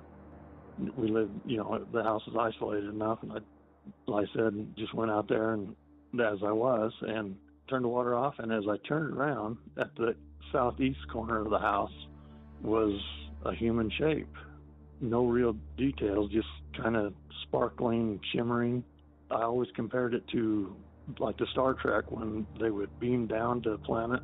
That's the only way, that was the closest I could get to an explanation or be able to explain it to anybody. And I'm not sure if it was actually making its own light or just reflecting the porch light. I just stood there face to face, not knowing what I was looking at. I don't remember if it just disappeared or it stepped back around the corner of the house, but there was no way I could move. While it was there, it was closer to the front porch than I was, or the front door, by at least half. It didn't do anything. It didn't really move other than just, like I said, just kind of shimmer and catch the light in that human form. I've heard people say that they're just like eye floaters or something in your eye that causes this, but I was face to face with this thing, 40 feet at the most for a good 10 or 12 seconds. I've heard people say as well that no one ever saw anything like this before the Predator movies came out. But this was 21 years before, so that doesn't make sense either. I hadn't heard of Glimmerman until recently.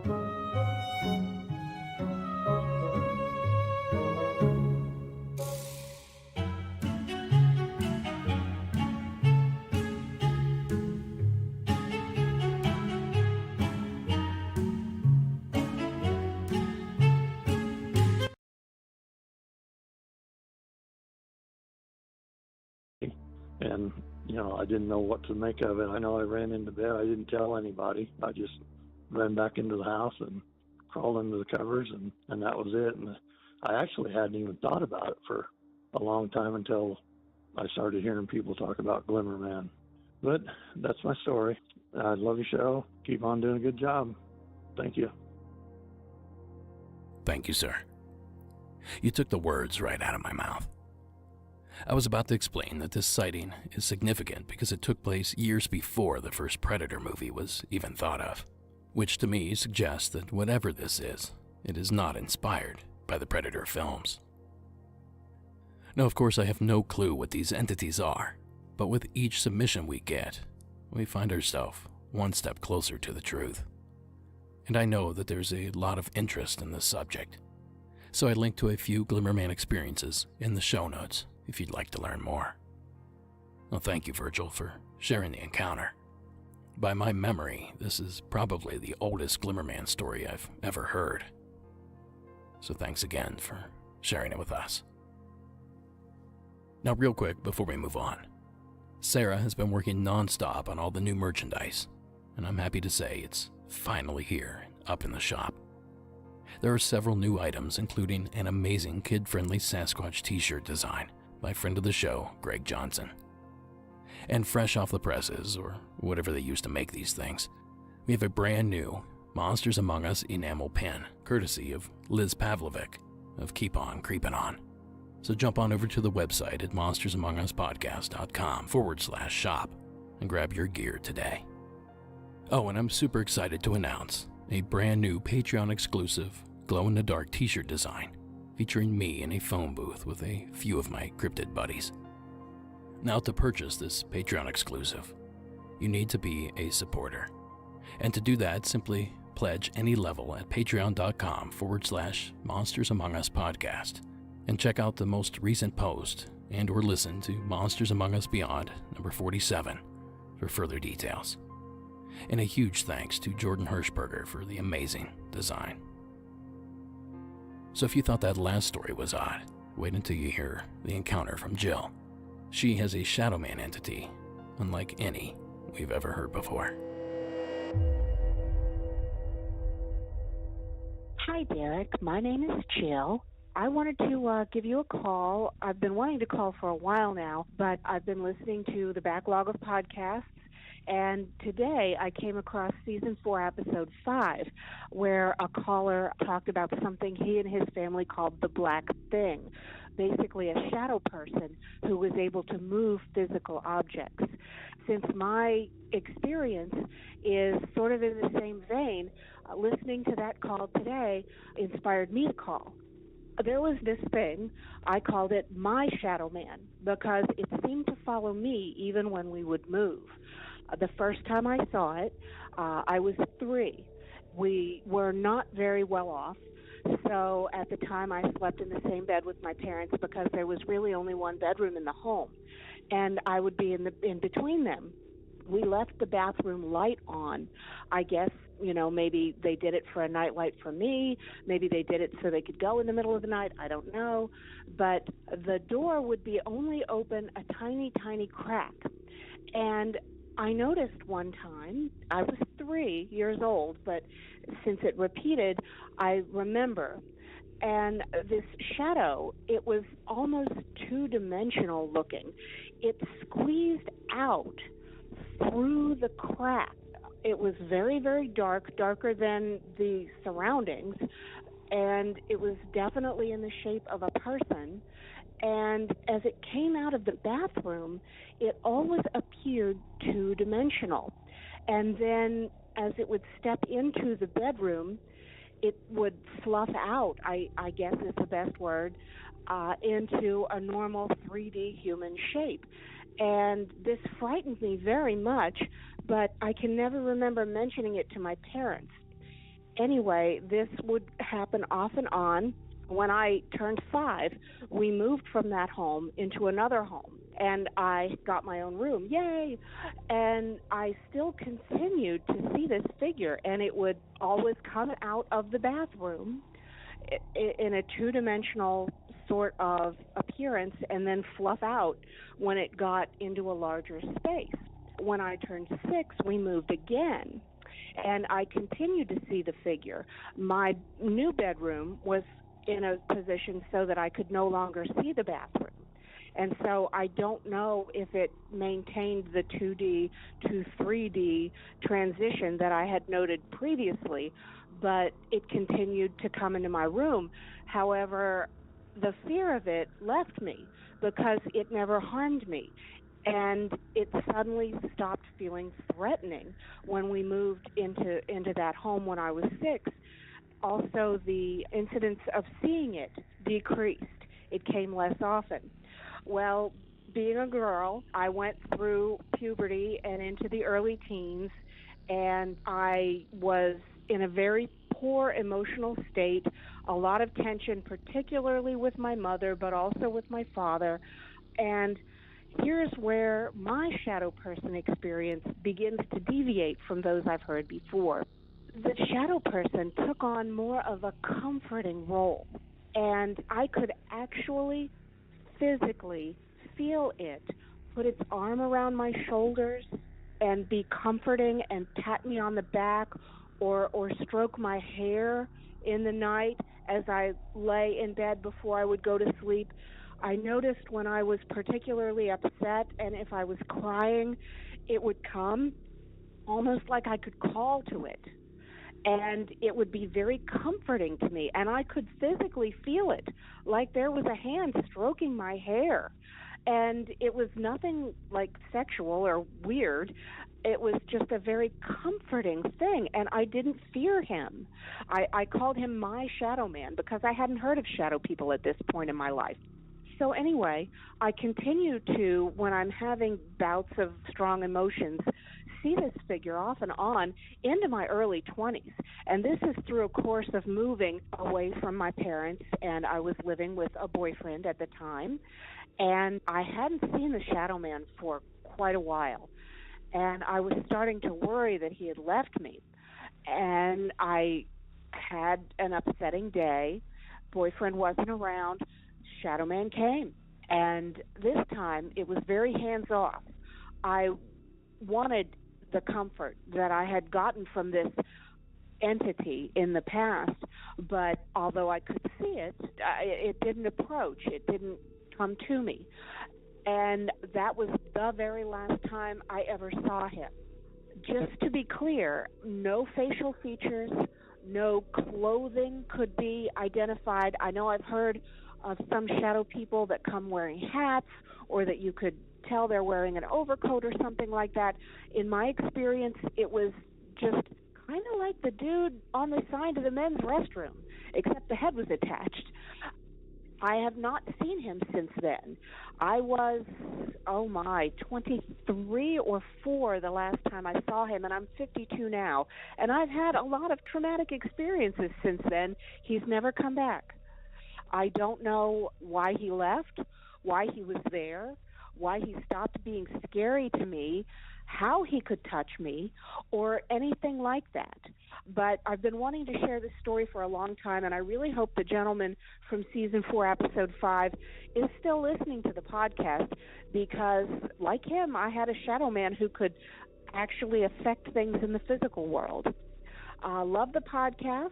Please continue, and I will continue to listen. Thank you, Derek. Thank you, Jill. That's incredible.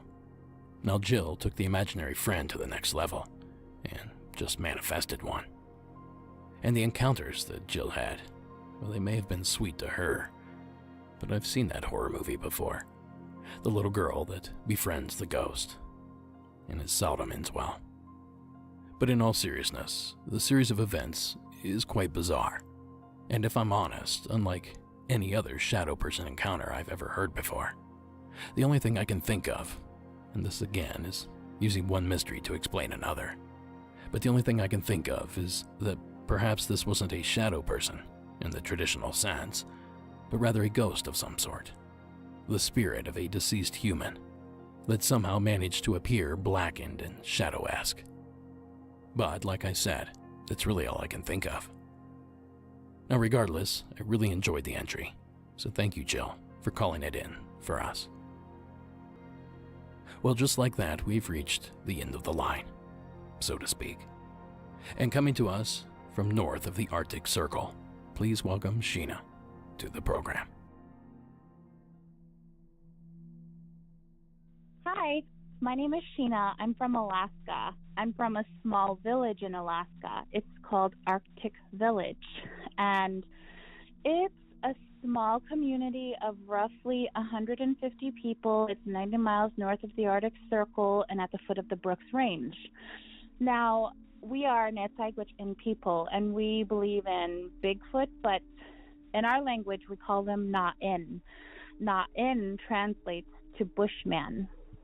Well, in April 2016, we have like wood stoves to heat our homes. We have to chop a hole in the ice in the river to pack water for our homes. There's no plumbing. There's no electric heating. So my husband has to go out onto the land and chop trees down and bring them home so we can keep our houses heated. So it was springtime in Alaska. It still gets very dark very early. And he had gone out into the woodyard, his woodyard, which is about 15 to 20 miles outside of the village. Arctic Village is surrounded by mountains. We're at the base of the mountains. One of the nearest mountains is called the Chunle. Now, his woodyard is at the base of the Chunle. And he drove out there with our dog, Gwynzy. And it was about 3 o'clock in the afternoon, so the sun was setting. And he stayed out there until about 5. And he said while he was out in his woodyard, he usually stays in his woodyard for 6 hours plus, just trimming trees, chopping them, and piling them so the next day he can go out and just get a load here, get a load there as needed. So it was fairly dark by the time he had finished limbing some trees, and he was getting ready to saw them down when our dog Gwynzy started acting strange. Now, Michael went out into the woodyard with a snow machine, and when Gwynzy gets scared, he tries to crawl up into the hood of the snow machine, and we know this about Gwynzy because when Michael goes out hunting, Michael's my husband, when Michael goes out hunting and he's shooting, Gwynzy will crawl up into the hood of the snow machine. So that's what Gwynzy started to do, and Michael thought that was odd. And then he heard a whistling. Now, this is springtime in Alaska in April. The birds are not there quite in Arctic Village yet. It's too far north. It's really cold. So he knew that there weren't any birds around that could be the source of this whistling noise. And it was like that. Our dog Gwynzy started whimpering, and he was trying to climb into the hood of the snow machine. He was climbing on the snow machine, and my husband was whistled at twice. It was pitch black. He couldn't see anything. Our hunting dog, Gwynzy, was acting really scared, and my husband did not want to find the source of the whistling, so he decided to leave his woodyard that night early and come home. He did not tell me the story until about 2 or 3 weeks later because he was so shook up about it, and he didn't believe he heard what he had heard. In my culture, Na-in or Bushman usually whistle, especially at night. And one of the common things in my culture is we are not allowed to whistle at night or knock on anything at night. And in Arctic Village, we just walk into people's houses. We don't knock or anything because it's so frowned upon to do those things at night. So anytime anyone hears any whistling at night, we know it's Na-in that's, trying to communicate with us. Now, they only speak Wichin. They don't speak English. We do believe that they are out there, and we do believe that they do try to communicate with us sometimes. My husband's story is not the first story about being whistled at night up in the mountains or near the base of the mountains. Thank you. Thank you, Sheena, for the long-distance entry. Now, I believe this is the first entry we've had from above the Arctic Circle. And I'm happy to hear that I can keep everyone company up there on those long winter nights or days or however all that works up there. So a whistling Sasquatch. Now, this shouldn't be the first you're hearing about this creature's ability to communicate with a whistle. And we've discussed it before, as has nearly any other outlet that dares breathe the monster's name. And what I'm getting at here is that whistling is believed to be a form of communication these creatures could use if they do indeed exist. And I did some digging around and found a few examples for you to hear. Now, before I play these clips, be warned, they are recordings of whistles, so some speakers may not sound so great on these low-quality clips. So in other words, have your hand on the volume button. Here are the first few examples.